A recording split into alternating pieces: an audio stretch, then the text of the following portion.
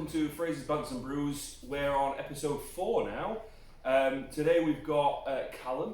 Callum's come all the way from lovely Brazil in an area called Franca, and he helps us source our beautiful coffee called Fazenda Bom Jesus.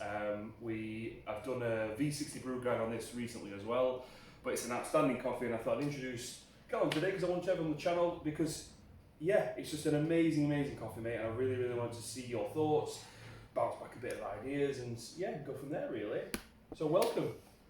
Massive pleasure, Fraser. Yeah, I think this whole story of ours had started maybe a couple of years ago, but the thing is, growing up in Brazil, you kind of get the vibe that coffee is culture, is life, is everything.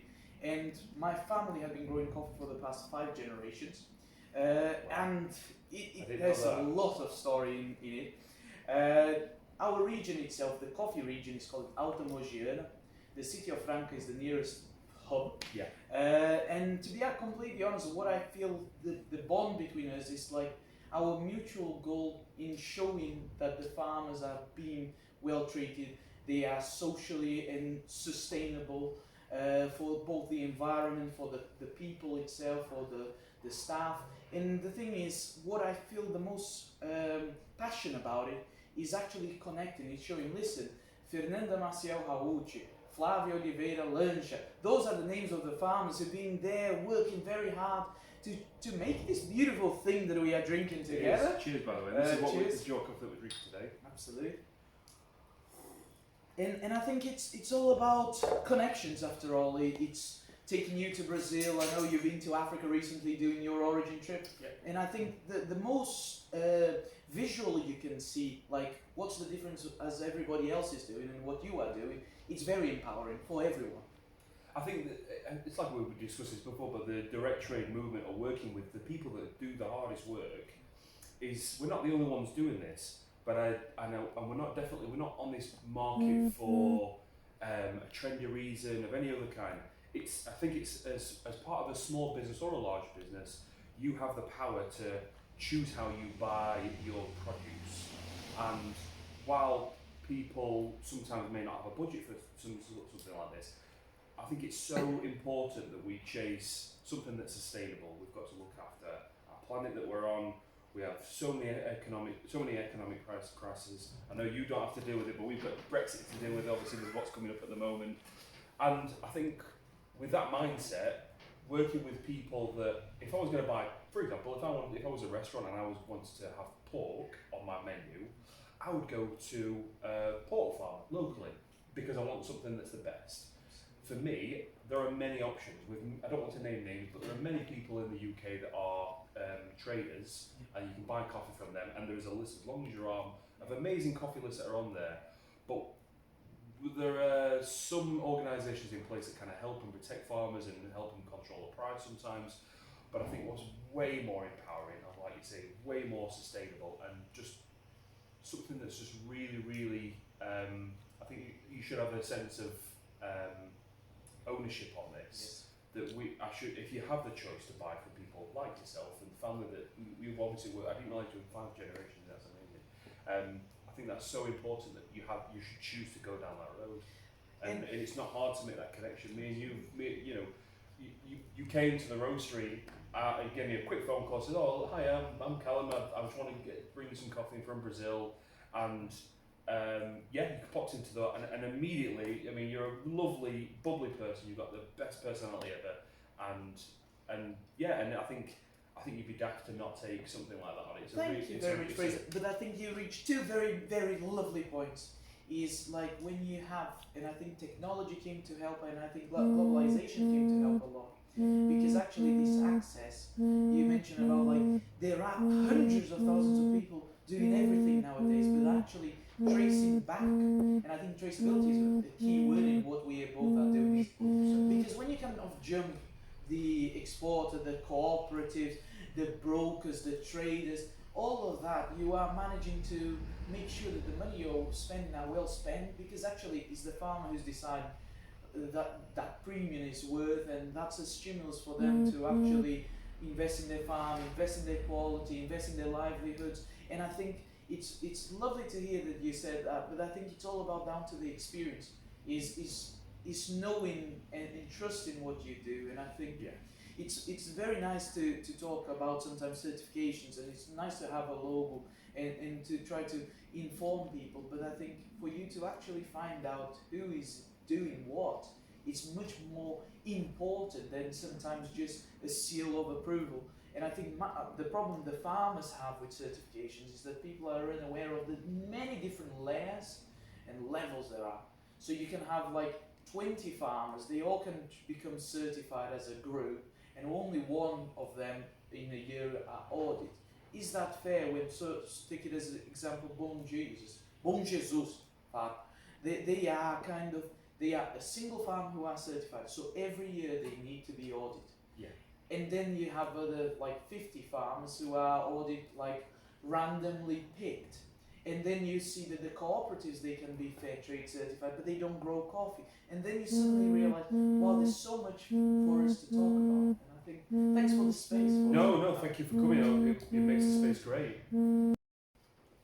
Yeah, so I agree. I think there are so many stepping stones between from a roaster's point of view, especially. I've got to understand how to roast coffee. I've got to understand how I turn a green product into an end product.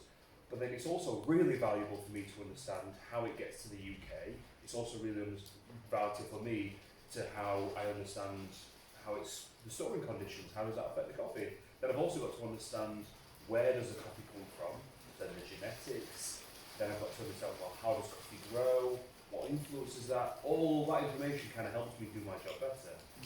But from a farmer's point of view, they've got to see it from the very beginning outwards. And because there are so many channels, there are so many places it can go, forget about any other, I don't know, let's say, certification, or how does it get to the market, or let's say it goes to Sao Paulo, that's all we really know.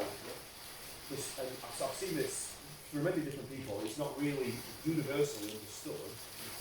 And I think having direct trade kind of helps that barrier get put down a little bit, and it helps people understand the whole process. It's fascinating to see in Uganda that a lot of the locals didn't really understand where coffee really goes. They didn't even, because they don't really drink it themselves. That a lot of them kind of just kept on asking me, why do you want this? Why do you want this? And I was like, it's coffee. And I was like, well, I'm here to buy coffee. I'm come to see you all. I really like what you're doing.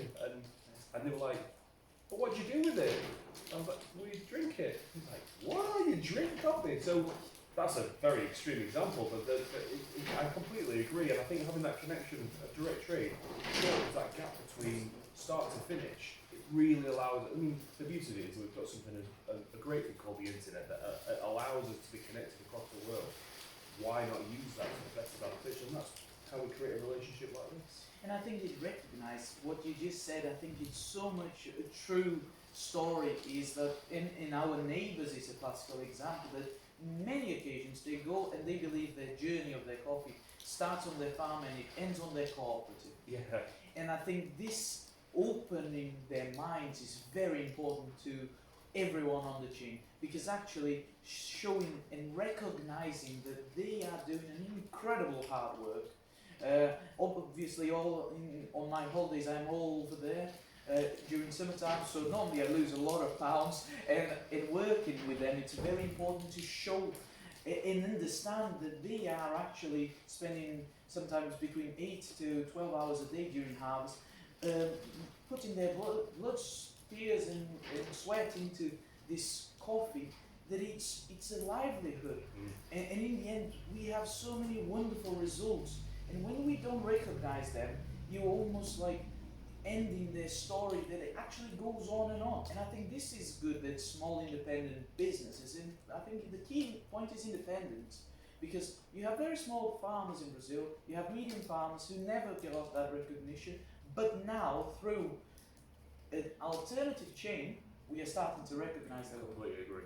It gives people a chance to highlight their amazing work that they do, and that's whatever percentage I may hold of the market, very small that it will be.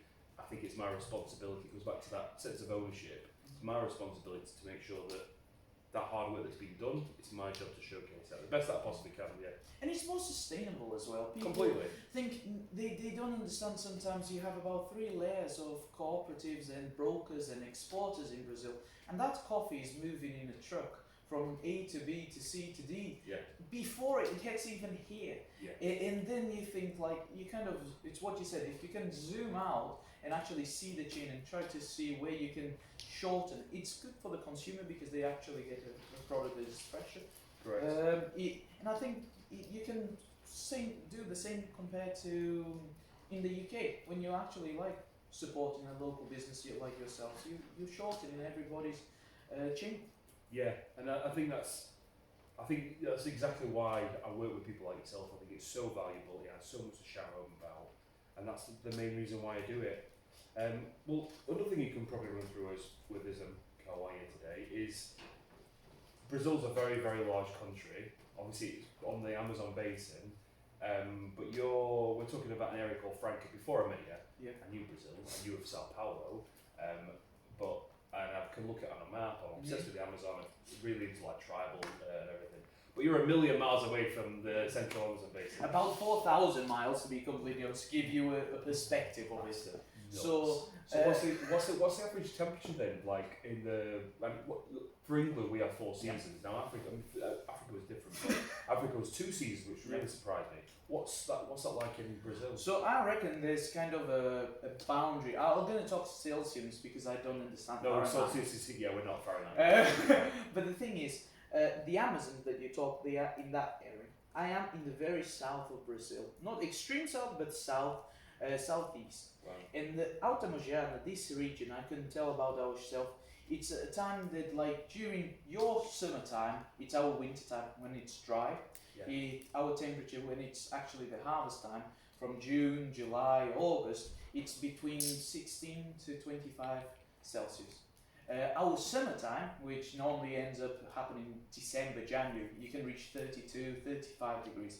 Wow. But the temperature is quite mild. Our rain seasons normally is happening that's right lower than now. I thought it'd be. Yeah, that's great. But this is very good for the coffee because in Yeah, Brazil, yeah.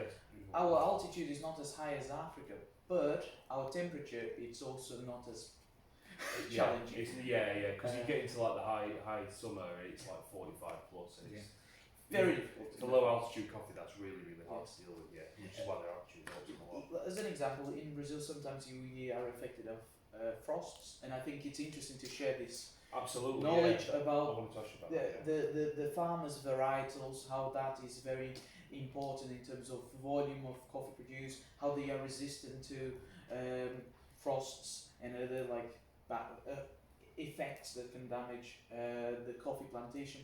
The fact that a coffee tree produces about 1 kilogram of coffee roasting beans. Does it translate the same way? So so from what I've read and what I've seen, you effectively for every kilo of cherries. Yeah. So the cherries are the raw fruit that comes off the tree. Yeah. Let's say they've been picked correctly. Yep.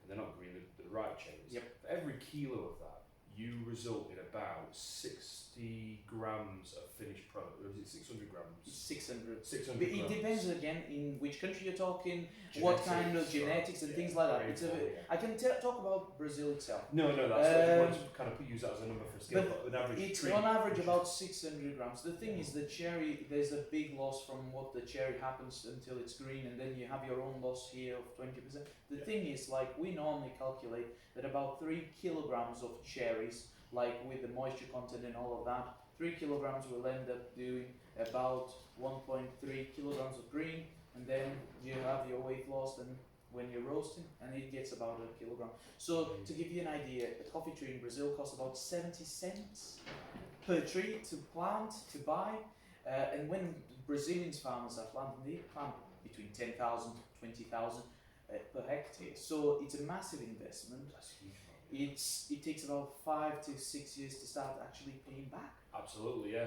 So this is the whole view on the background of the coffee farmers, especially in Brazil. I want to shout out because they work hard their entire life to actually reach the point that we are drinking like a lovely coffee, score 85.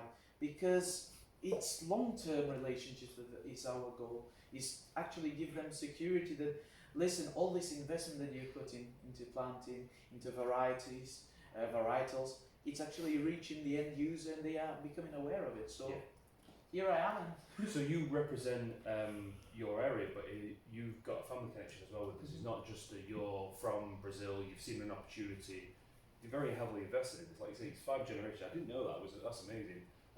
So what's your auntie called, sorry? Fernanda Maciel, Paulo Maciel, and then our neighbour Gabriel e Flavia Oliveira. The thing is, my family, they've been there from the 19th century, kind of growing coffee. Our region, Alta Mogiana in the state of São Paulo, was the first region to actually start planting coffee. Yeah. Then Minas Gerais came into the 20th century. But the thing is, it kind of goes snowballing. The history of my family, and I'm gonna share some old pictures. You can see like how things had developed. Then there was a small dip because I think the culture of working in the rural areas for some time was like bad mouthed. Got you. But now we are showing that actually there is a future. So my uncle Fazenda Água Santa, he's been going for years and years. He's 72 now and he's still working hard.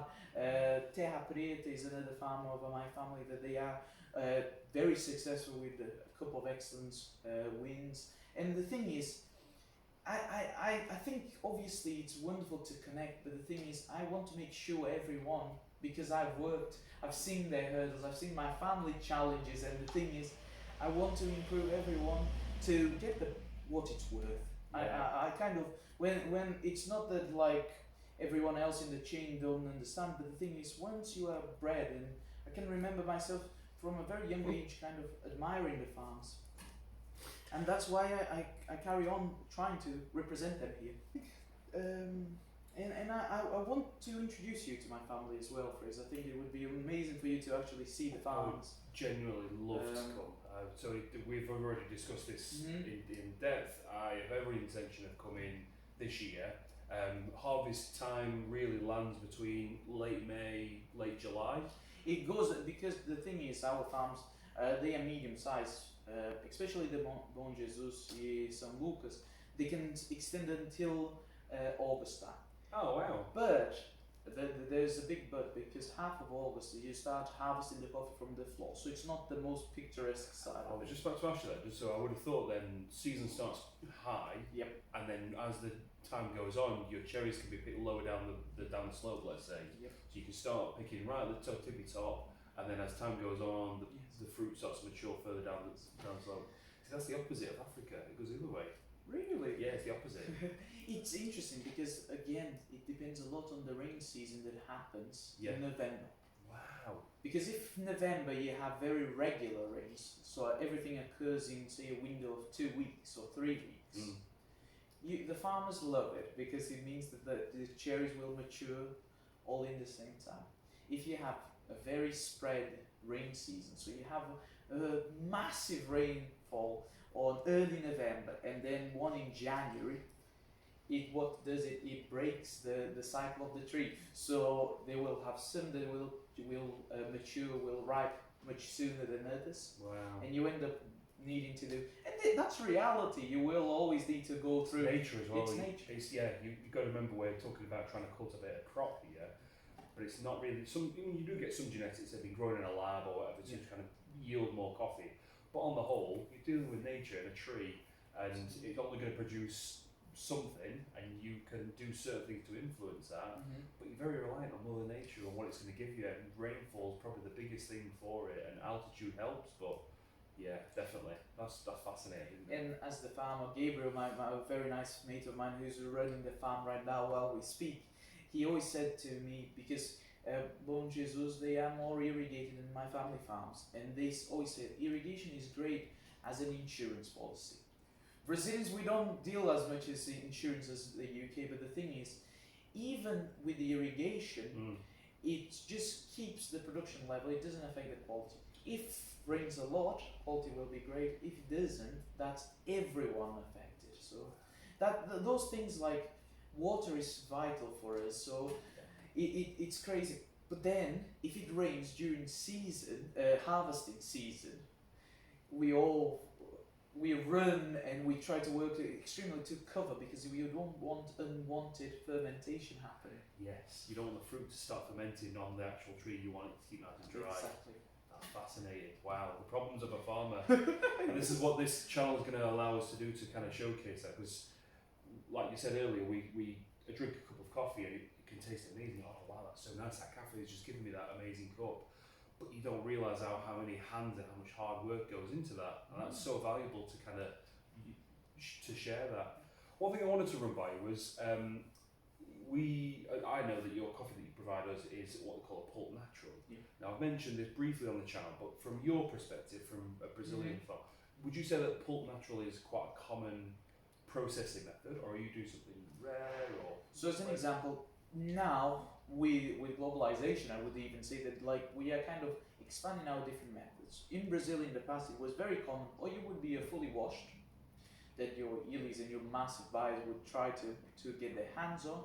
Just to clarify for people, fully washed, guys, is where you get your cherry that comes off the tree, and then you have a mechanical machine, or sometimes done by hand, and that takes the fruit off the outside of the cherry, and then you're left with like a second layer of mucilage.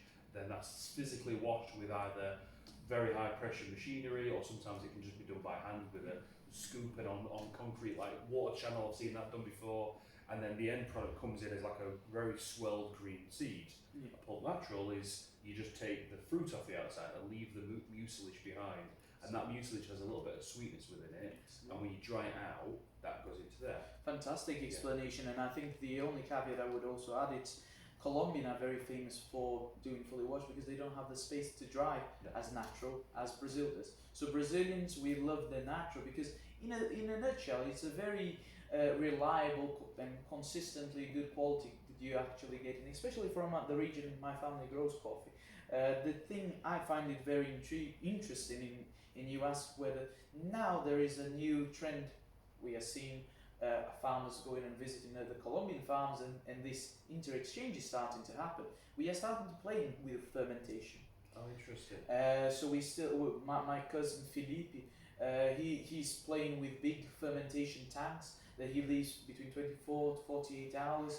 Is this anaerobic environment then? It is. And the thing I find it very intriguing is that like we are experiencing very small batches because of the risk. The Brazilians, you've got no idea what it's going to exactly. do. Yeah, it's like sourdough. It does what it wants. Yeah, exactly. So it's one of the things we most, I would say, and especially because the commodity has changed, the prices have dropped so severely. Yeah.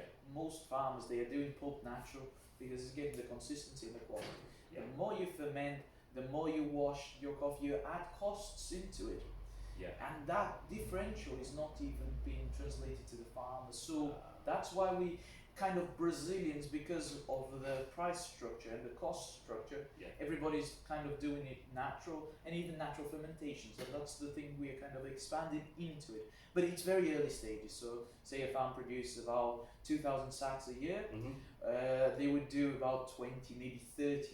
Just as a bit of on the side. Exactly. And sometimes it works very well. And then sometimes it smells. I've smelled what you're talking about, and it smells like vomit. It's absolutely disgusting. Yeah. But you're using natural yeast and bacteria from the air to break down the fruit and the sugar that's in the cherry, with the intention that yeast or that bacteria in the air imparts some sort of flavour into the cherry and into the seeds. It gives a lot of uniformity, but you're rolling the dice. And if you've got a big batch of coffee and you've spent that long investing in planting your trees, you've got your land to look after, you've got school fees to pay, you've got all these other things that life throws at you, and then you chuck all your stock into a big barrel and hope it works, you're really rolling the dice. So I totally understand why it's not as a anaerobic is very cool. From a roaster's perspective, I'd love trying stuff like that, but there's a lot of risk involved, so it costs a lot more because it's a very experimental thing to do, and there's a lot more risk with it. Yeah, especially Brazilian coffee that like we traditionally are on the market offering the very chocolatey base and very sweet. And when you're playing with aerobic and any kind of fermentation, you're trying to push the brightness. Yeah. And I think when it's a very good coffee. So today I was drinking and I got some hints of grapes in the Bon Jesus. I think from a point of method and being pulp natural, you're saying that definitely helps you to produce something that's more consistent, easy to work with. But the anaerobic side is definitely something that's experimental. I have every intention, as you well know, to come out with you to Brazil this year. I would love to see that. Yeah. I really would. It's not something that we require at all. We don't work like that at all. You give me some great coffee and I happily take it from you. But I love seeing stuff that's experimental. I think it's really interesting, and especially if farmers being paid correctly for the added time and effort that they're due. I think that's amazing. And your input would be very vital for us because you have experiences that a lot of us we've never been to Africa or seen a different coffee production. Yeah. So for you to tell all. So yeah, I mean, from Africa and what I know of other places, experimentation that I saw with anaerobic environment, even using something called pure Sep, I think I've mentioned. And they also use wine yeast as well, which is really interesting. But there are many other options, many other ways you can effectively add that flavour or add that what I call the funk. And I think that's really, really interesting. So I'd love to come and see it. I mean, and show a little bit of what knowledge I know of. I mean, my roasting knowledge is much better than production knowledge, but yeah, that'd be lovely. I really would. I don't want to take any more of your time, but before you go, with the channel that we're doing, our intention is that the map of the world, while coffee will only really be produced kind of in this area, we can't really put dots on the rest of it. I'd like to put anyone that's visited from who represents the farms or is involved in the direct trade relationship that we've created, to just put their dot on the map and then put a little signature if you won't mind. Ooh, yes. So I'll give you a little pen, mate. Take whichever one you want. I think why don't we go for? I've got a big white pen to make the dot. Yeah, that'll work. It's quite easy. We are near the Tropic of Capricorn, so. Wonderful. And then if we use that one, you could just put a little line across and sign it whatever you want, or say whatever you want, like Frazers coffee is the best place in the world. I'm gonna be putting hard. Oh, you're a good egg.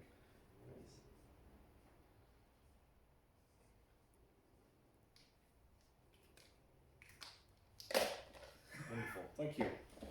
So, I think that's it then. Thank you ever so much for coming, Callum, and I really look forward to our future working with each other, and I definitely will be coming with you in there. I'm super happy. Thank you very much for Thanks your for time. having us. Take care, guys. Thank you. Cheers.